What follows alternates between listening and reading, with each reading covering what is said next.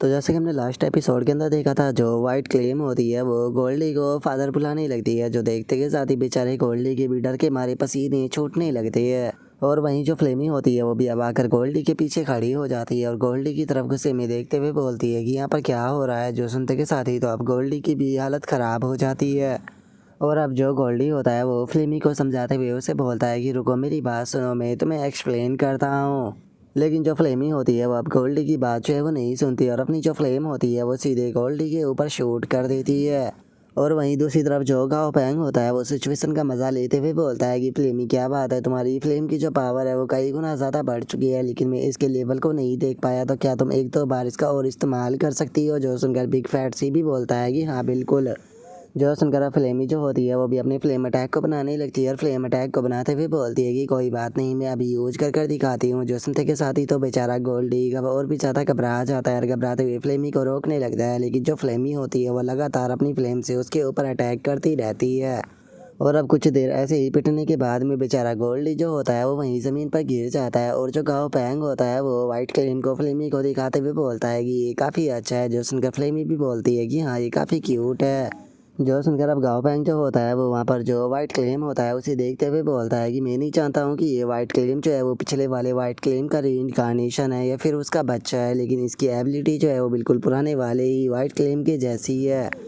और इससे अलग अगर जो पुराने वाला वाइट क्लेम था उसकी बात की जाए तो मुझे लगता है कि उसके पास में खुद का एक ड्रीम वर्ल्ड था जिसके चाहे ऊपर अटैक कर सकता था, इसीलिए जिस टाइम पर वो बिल्कुल मरने की कगार पर था उसने मेरे ऊपर अपने फाइनल अटैक को किया था। और इतना बोलकर अब गाँव पैंग जो होता है वो अपने मन में सोचता है कि अच्छा हुआ कि यहाँ पर मेरे पेट्स की जो सोल पावर है वो काफ़ी ज़्यादा अच्छी है, जिन्होंने कि मुझे उस ड्रीम से जगा दिया। क्योंकि अगर इन्होंने मुझे मेरे ड्रीम से ना जगाया होता तो शायद मैं हमेशा के लिए उसी ड्रीम वर्ल्ड के अंदर कैद होकर रहने वाला था। और अब इतना बोलते के साथ ही गाँव पैंग जो होता है वो बहुत ही खतरनाक सा फेस बनाते हुए मन में सोचता है कि इस प्रकार की जो एबिलिटी होती है वो सामने वाले पर्सन के ऊपर फिजिकली अटैक नहीं करती बल्कि उनकी सोल के ऊपर अटैक करती है। और चूंकि अब ये एबिलिटी जो है वो मेरे हाथों में आ चुकी है, जिसका मतलब अब मेरे पास में एक बहुत ही पावरफुल ट्रम्प कार्ड है।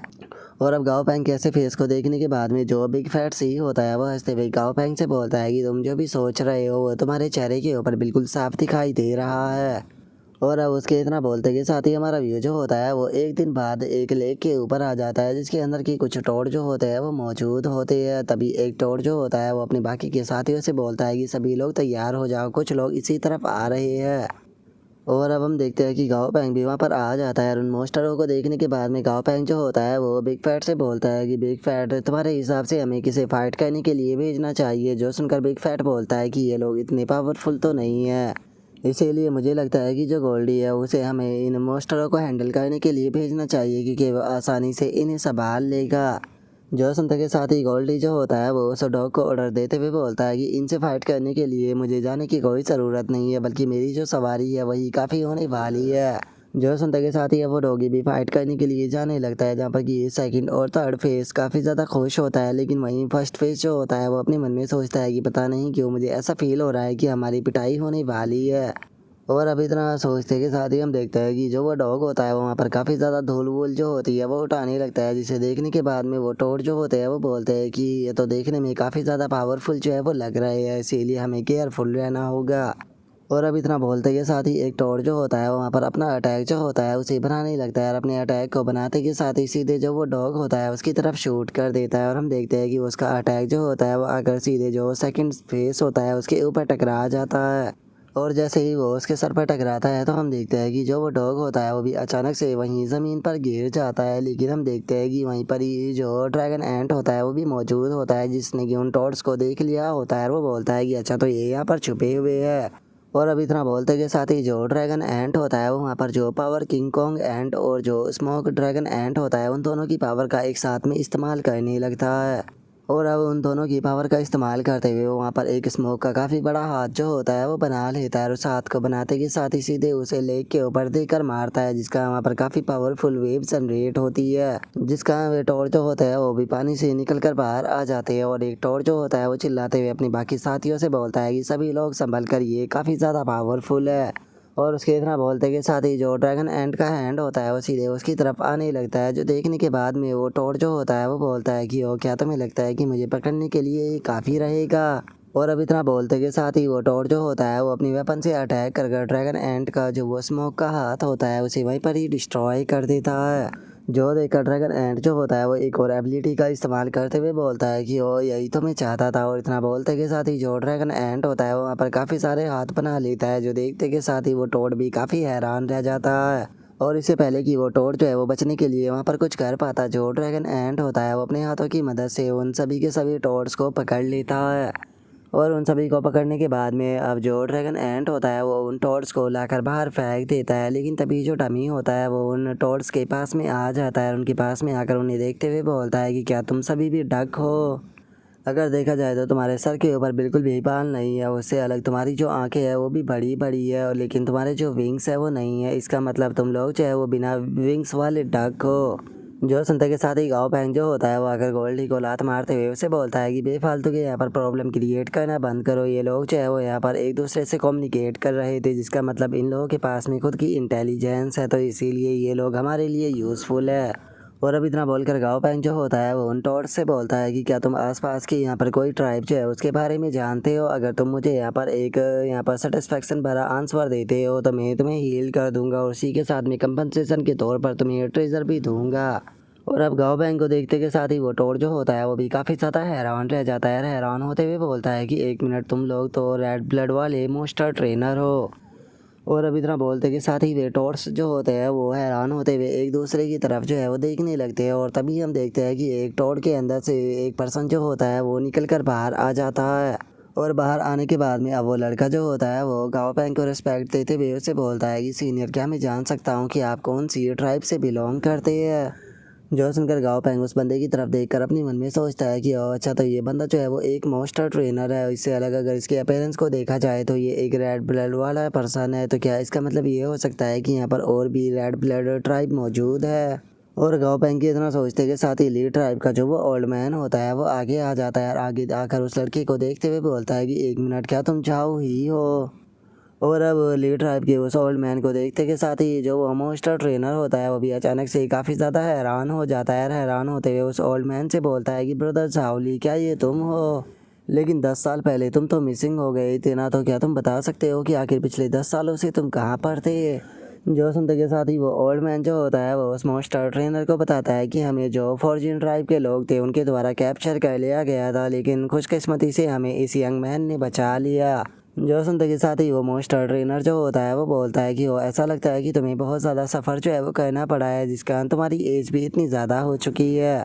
और इतना बोलकर अब वो लड़का जो होता है वो अपने पास से अपना एक और पैड जो होता है उसे निकाल लेता है। गाँव पैंग से बोलता है कि चूंकि आपने हमारे ट्राइब के लोगों की जान बचाई है तो इसीलिए आप हमारी ट्राइब के दोस्त हुए, तो इसीलिए सीनियर प्लीज़ आप थोड़ी सी देर जो है वो यहाँ पर इंतज़ार कीजिए ताकि मैं अपनी ट्राइब के अंदर इन्फॉर्म कर उन्हें यहाँ पर बुला सकूँ। जो सुनकर गाँव पैंग उस लड़के की तरफ देखते हुए अपने मन में सोचता है कि क्या ये दो मोस्टरों का ट्रेनर है? ये चीज़ तो काफ़ी इंटरेस्टिंग है। क्या इसका कारण ये हो सकता है कि ये अर्थ के लोगों की तरह है, या फिर इसका कोई दूसरा कारण हो सकता है? और उसके इतना बोलते के साथ ही अब जो गोल्डी होता है वो जो डॉग होता है उसके पास में चला जाता है और अपने डॉग के पास में जाने के बाद में उसे ज़मीन से निकाल लेता है, जहाँ पर कि वो बेहोश हो चुका होता है, जिसे देखकर गोल्डी बोलता है कि ये काफ़ी एम्बैरेसिंग भरा है। और इतना बोलते के साथ ही जो गोल्डी होता है वो उस मोस्टर ट्रेनर के ऊपर गुस्से में चिल्लाते हुए उससे बोलता है कि तुमने यहाँ पर जो मेरा डॉग है उसे मार दिया है, इसीलिए मुझे कंपनसेशन चाहिए होगा। जो सुनकर वो लड़का भी गोल्डी से माफ़ी मांगने लगता है। लेकिन तभी जो गाँव पैंग होता है वो उस डॉग की कंडीशन को चेक करने लगता है, जहाँ पर कि गाँव पैंग को पता चलता है कि वो डॉग मरा नहीं होता बल्कि बस वो बेहोश हुआ होता है। और अब इस चीज़ को देखते के साथ ही गाँव पैंग जो होता है वो गोल्डी को मारते हुए उसे बोलता है कि बेफालतू के जो सीन है वो क्रिएट करना बंद करो, क्योंकि तुम्हारा डॉग नहीं मरा बल्कि वो अभी भी ज़िंदा है। और इतना बोलकर अब गाँव पैंग जो होता है वो उस लड़के से माफ़ी मांगते हुए बोलता है कि माफ़ कर देना, जो मेरा पेट है वो हमेशा ऐसे ही मजाक जो है वो करता रहता है, तो आप उसकी बात के ऊपर ध्यान मत दीजिए और चलिए आपकी ट्राइब के अंदर चलते हैं। और इतना बोलकर गाँव पैंग आगे जा ही रहा होता है, लेकिन तभी उसे किसी की आवाज़ सुनाई देती है जो कि गाँव पैंग से बोलता है कि वहाँ पर मत जाओ। जो सुनकर गाँव पैंग हैरान होते हुए मन में सोचता है कि ये आवाज़ किसकी है। और इतना बोलकर गाँव पैंग अपने साथियों की तरफ देखने लगता है और उनकी तरफ देखकर अपने मन में सोचता है कि इनमें से किसी का भी एक्सप्रेशन जो है वो चेंज नहीं हुआ, जिसका मतलब इनमें से किसी ने भी ये बात जो है वो नहीं बोली, तो फिर आखिर ये बात किसने बोली? और गाँव पैंग के इतना सोचते के साथ ही उस पर्सन की दोबारा से आवाज़ सुनाई देती है जो कि गाँव पैंग से बोलता है कि न्यू कॉमर उनके साथ में मत जाओ, वहाँ पर बहुत ज़्यादा खतरा है। जो सुनकर अब गाओ पेंग जो होता है वो भी अचानक से रुक जाता है। जो देखकर बाइजुआन जो होता है वो गाओ पेंग से पूछता है कि गाओ पेंग क्या हो गया। जो सुनकर गाओ पेंग जो होता है वो उससे बोलता है कि कुछ नहीं। और इतना बोलकर गाओ पेंग जो होता है वो अपने मन में सोचता है कि जैसा मैंने उम्मीद की थी, ये आवाज़ जो है वो मुझे यहाँ पर एनिमी से अलर्ट करना चाहती है। और उनके इतना बोलते के साथ ही हम देखते हैं कि उस लड़के का जो पेट होता है वो उसके पास में वापस आ जाता है। जिसके मैसेज को देखने के बाद में वो गाओ पेंग से बोलता है कि बहुत बढ़िया, जो सीनियर है ट्राइब के, वे जल्दी ही यहाँ पर किसी को ग्रीट करने के लिए भेजने वाले हैं।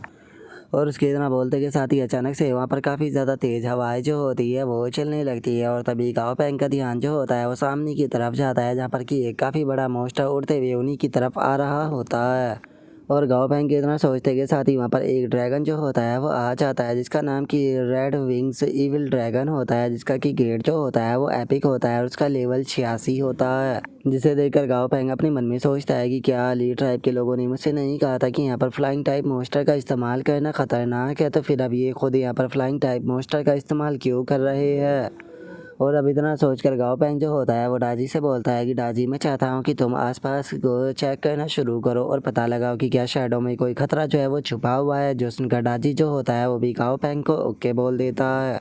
और गाओ पेंग के इतना सोचते के साथ ही वो लड़का जो होता है वो गाओ पेंग से बोलता है कि ठीक है, सभी लोग जो है वो इस बोर्ड के अंदर बैठ जाए, ताकि जो रेड विंग इविल ड्रैगन है वो सभी को लेकर यहाँ से जा सके। जो सुनकर बाइजुआन जो होता है वो गाओ पेंग से बोलता है कि गाओ पेंग, तुम इस बारे में क्या सोच रहे हो। जो सुनने के बाद में गाओ पेंग उससे बोलता है कि ठीक है, तुम लोग जाओ, मैं पीछे से तुम्हें फॉलो करता हूँ। और अब इतना बोलते के साथ ही जो गाओ पेंग होता है वो डाजी को बाहर निकाल लेता है। और डाजी को बाहर देखने के बाद में जो वो इविल ड्रैगन होता है वो गाओ पेंग से बोलता है कि ठीक है, तुम पीछे से फॉलो करो। और अब इतना बोलते के साथ ही जो इविल ड्रैगन होता है वो सभी लोगों को लेकर वहाँ से उड़ जाता है। और जो गाओ पेंग होता है वो भी पीछे से उसे फॉलो करने लगता है। और अब जो गाओ पेंग होता है वो डाजी से बोलता है कि डाजी, तुम्हारे ट्रैक करने का जो विज़न है उसे मेरे साथ में शेयर करो। जो सुनते के साथ ही डाजी भी ऐसा ही करता है। और अब गाओ पेंग को डाजी का जो विज़न होता है वो दिखाई देने लगता है। और हम देखते हैं कि जो डाजी का विज़न होता है वो अचानक से ज़मीन के अंदर जाने लगता है, जहाँ पर कि उसे अचानक से एक बहुत बड़ी आग नज़र आती है,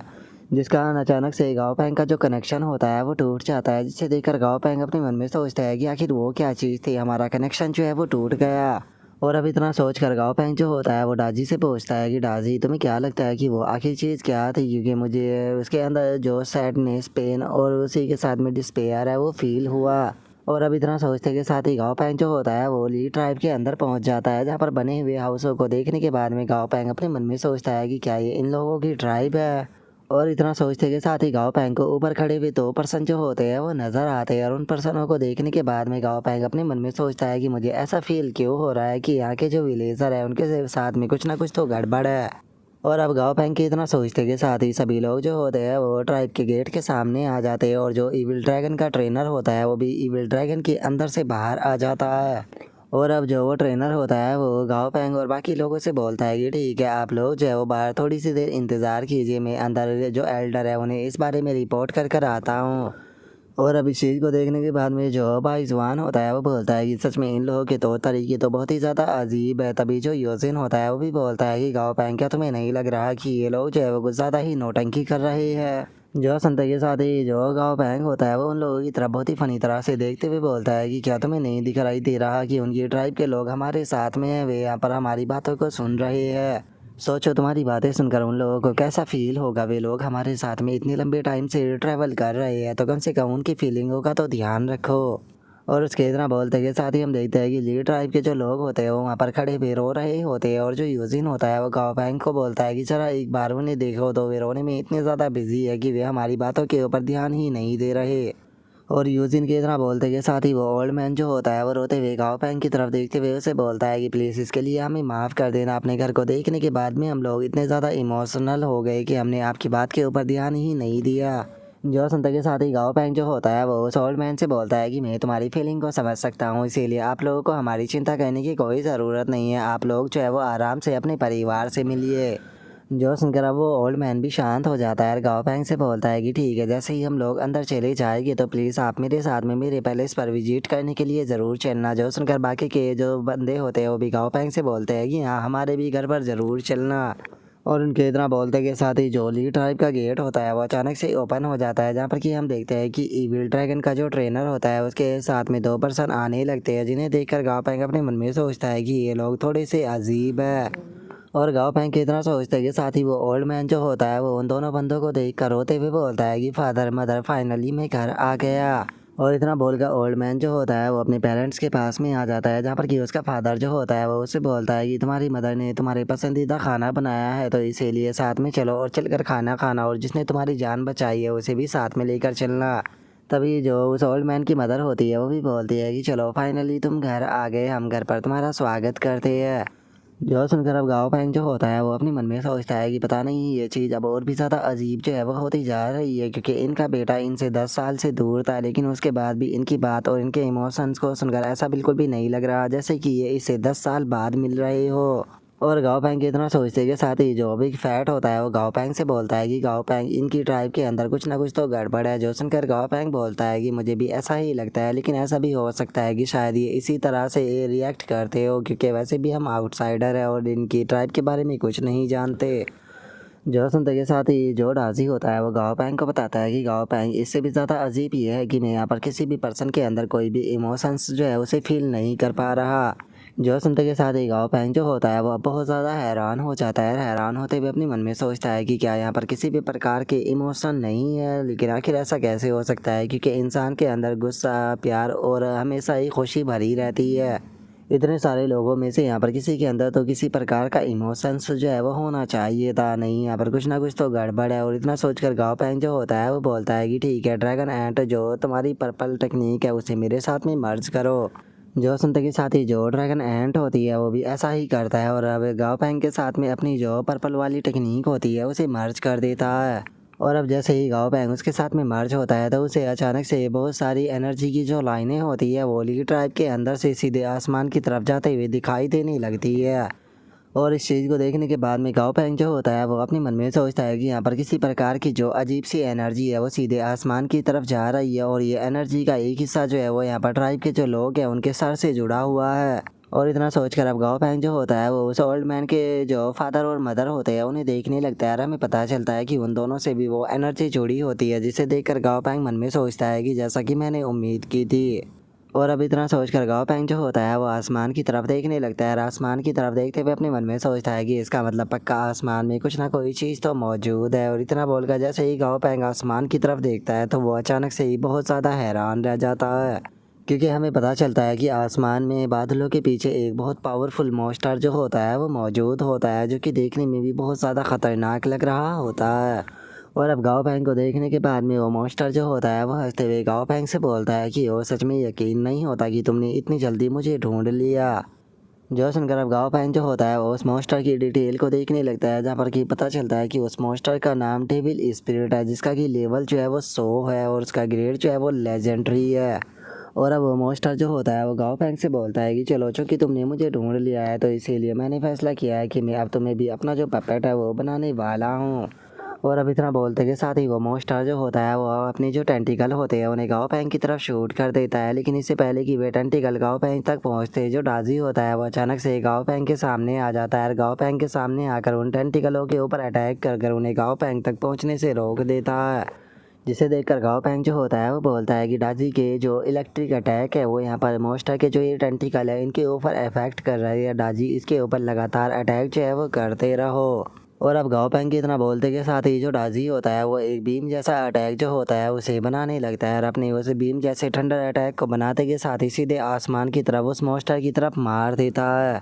और डाजी के ऐसा करते के साथ ही अचानक से हम देखते हैं कि वे टेंटिकल जो कि उस ओल्ड मैन के पेरेंट्स से जुड़े हुए थे वे टूट जाते हैं, और जैसे ही वे टेंटिकल टूटते हैं तो अचानक से हम देखते हैं कि वे दोनों ओल्ड पर्सन स्केलेटन बनकर वहीं ज़मीन पर गिर जाते हैं। इसे देखने के बाद में भाई जुआन जो होता है वो बोलता है कि इन दोनों के यहाँ पर जो बॉडी की हालत है जरा देखो तो इनकी क्या हालत हो चुकी है, जिन्हें देखकर ये साफ पता चल रहा है कि इनकी मौत जो है वो कम से कम 2 या 3 दिन पहले हो चुकी है। जो सुनते के साथ ही जो यूजिन होता है वो भी काफ़ी ज़्यादा हैरान रह जाता है, हैरान होते हुए बोलता है कि क्या हम लोग इतनी देर से यहाँ पर डेड बॉडियों के साथ में बात कर रहे थे। जो सुनते के साथ ही जो किंग होती है वो भी हैरान होते हुए बोलती है कि अगर उन 4 लोगों की बात की जाए जो कि हमें लेक के पास में मिले थे, वे एक दूसरे के साथ में कोऑर्डिनेट कर हमारे ऊपर अटैक कर रहे थे, तो क्या वे लोग भी किसी प्रकार के पेपेट थे जिन्हें की कोई कंट्रोल कराकर हमारे ऊपर अटैक करा रहा था। और अब किंग के इतना बोलते के साथ ही वो ओल्ड मैन जो होता है वो उठते हुए उन लोगों से बोलता है कि मैं कोई बेवकूफ़ नहीं हूँ, मैं यहाँ पर आते के साथ में ही समझ गया था कि यहाँ पर कुछ ना कुछ तो गड़बड़ है। लेकिन जब मैंने अपने जो पेरेंट्स थे उन्हें अपनी आंखों के सामने देखा तो मैं बहुत ही ज़्यादा इमोशनल हो गया, क्योंकि मैंने अपने पेरेंट्स को बहुत ही लंबे टाइम से नहीं देखा था और मैं जानता था कि आज के बाद मैं उन्हें दोबारा कभी भी नहीं देख पाऊँगा।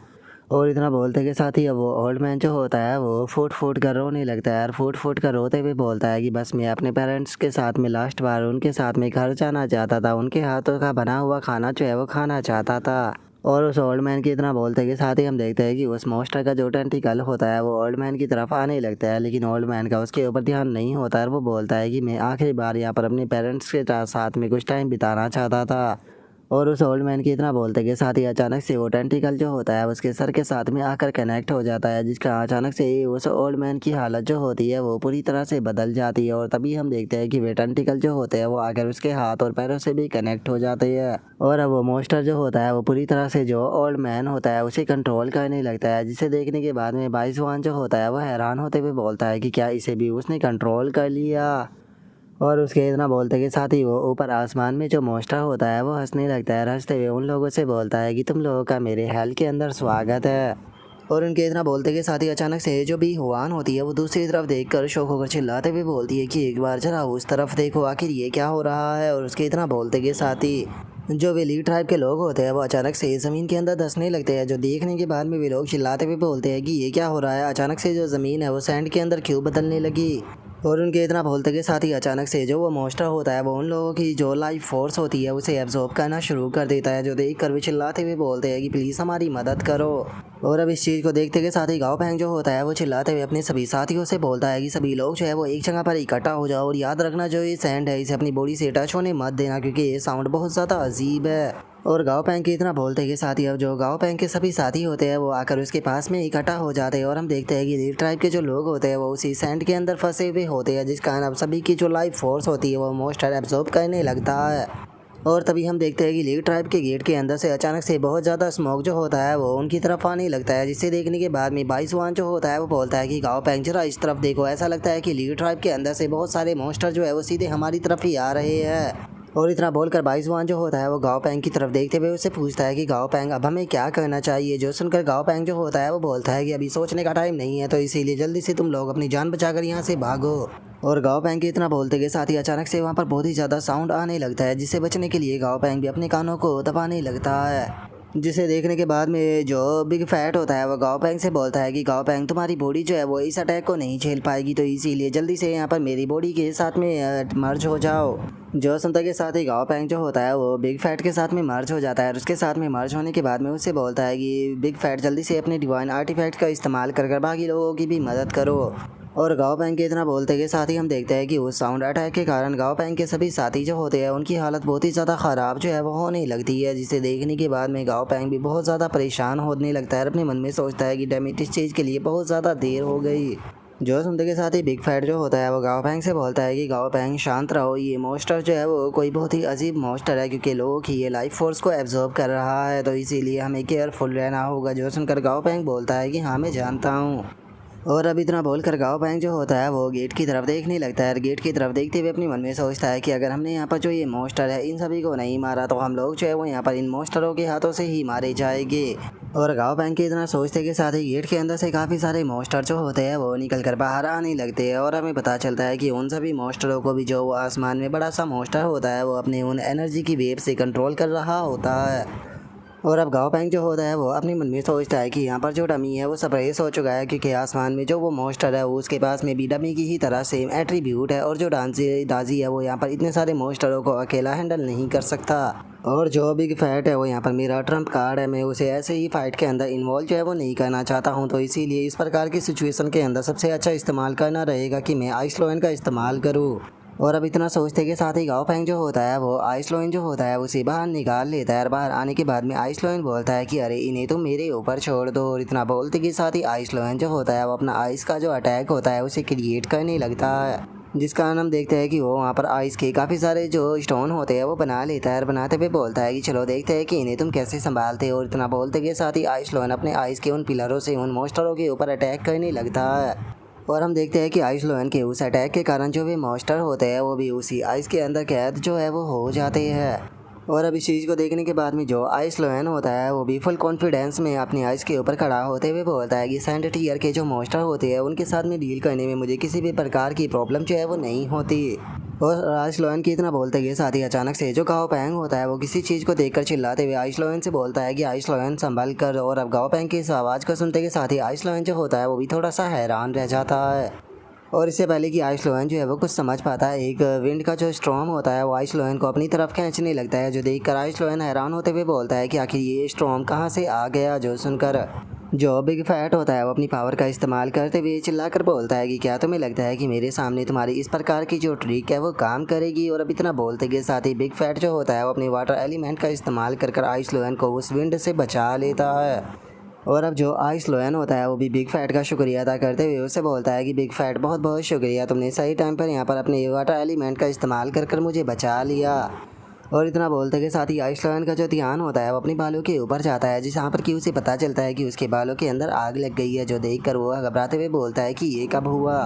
और उसके इतना बोलते के साथ ही जो बिग फैट होता है वो गाओ पैंग से बोलता है कि गाओ पैंग ये पूरा का पूरा एरिया जो है उस मोस्टर का डोमेन जो है वो बन चुका है, तो इसीलिए हम लोगों को जल्दी से यहाँ से निकलना होगा। जो सुनकर गाओ पैंग भी ओके बोल देता है। और उसके बाद में अब जो गाओ पैंग होता है वो डाची को दोबारा से जो उसका स्पेस होता है उसके अंदर रख लेता है। जो देखने के बाद में वहाँ पर खड़ा हुआ जो वो डॉग होता है वो भी थोड़ा सा हैरान रह जाता है। जिसके बाद में अब गाओ पैंग जो होता है वो बिग फैट के साथ में मर्ज होकर वहाँ से भागने लगता है। जो डॉग होता है वो भी उनके पीछे भाग रहा होता है। और भागते हुए जो सेकंड हेड होता है वो बोलता है कि आखिर मास्टर ने हमें अपने साथ में क्यों नहीं रखा। जो सुनकर जो थर्ड हेड होता है वो बोलता है कि क्योंकि वो हमारा मास्टर नहीं है बल्कि वो हमारे मास्टर का मास्टर है। जो सुनकर फर्स्ट हेड जो होता है वो फनी सा फेस बनाते हुए अपने मन में सोचता है कि सच में मैं इन दोनों इडियटों से जो है वो अलग होना चाहता हूँ। और उस डॉग के इतना बोलते के साथ ही अचानक से जो टेंटिकल होता है वो आकर उस डॉग के पैर को पकड़ लेता है। जो देखने के बाद में जो डॉग होता है वो चिल्लाते हुए बोलता है कि डैम इट, उस मास्टर ने मेरा पैर जो है वो पकड़ लिया। और उसके इतना बोलते के साथ ही जो बिग फैट होता है उसका ध्यान भी उसके ऊपर आ जाता है। और अब जो बिग फैट होता है वो अटैक कर उस टेंटिकल को काटते हुए जो डॉग होता है उससे बोलता है कि जल्दी से भागते रहो, पहले हम लोगों को एक सेफ जगह पर पहुंचना होगा, उसके बाद में हम लोग जो है वो आराम करेंगे क्योंकि ये जगह बहुत ज़्यादा खतरनाक है। जो सुनकर जो डॉग होता है वो भी बिग फैट को ओके बोलकर वहाँ से भागना शुरू कर देता है। और अब हम देखते हैं कि वे लोग जो होते हैं वो थोड़ी ही देर में एक सेफ जगह पर आ जाते हैं, जहाँ पर आकर गाओ पैंग भी बिग फैट से अलग हो जाता है। और तभी जो गाओ पैंग होता है उसे आसमान में उसी मॉन्स्टर का हाथ जो है वो दिखाई देता है, जिसे देखकर गाओ पैंग जो होता है वो अपने मन में सोचता है कि जैसा कि मैंने सोचा ही था, यहाँ पर जो ये फॉग मौजूद है ये इस मॉन्स्टर की बॉडी का पार्ट नहीं है और ना ही ये इसकी टेरिटरी के अंदर आता, क्योंकि इस फॉग के अंदर एक इनविजिबल फोर्स जो है वो मौजूद है जो कि उस मॉन्स्टर को यहाँ पर आने से रोक रही है। जिसका मतलब ये साफ है कि इस फॉग के अंदर कुछ ना कुछ बहुत ही ज़्यादा डरावनी चीज़ मौजूद है, क्योंकि इस मॉन्स्टर के इस अटैक को रोकना बिल्कुल भी आसान बात जो है वो नहीं है, क्योंकि इसके अंदर पता नहीं इसने कितनी सारी इंसानों की लाइफ फोर्स को मिलाया हुआ है। यहाँ तक कि जो डाजी है अगर वो भी अपने ठंडा डोमेन का इस्तेमाल करता तो मुझे नहीं लगता कि वो इसके ऊपर ज़्यादा इफेक्ट करता। और गाओ पैंग इतना सोचते के साथ ही वो हाथ जो होता है अचानक से वहाँ से गायब हो जाता है। जो देखकर गाओ पैंग बोलता है कि क्या वो यहाँ से गायब हो गया।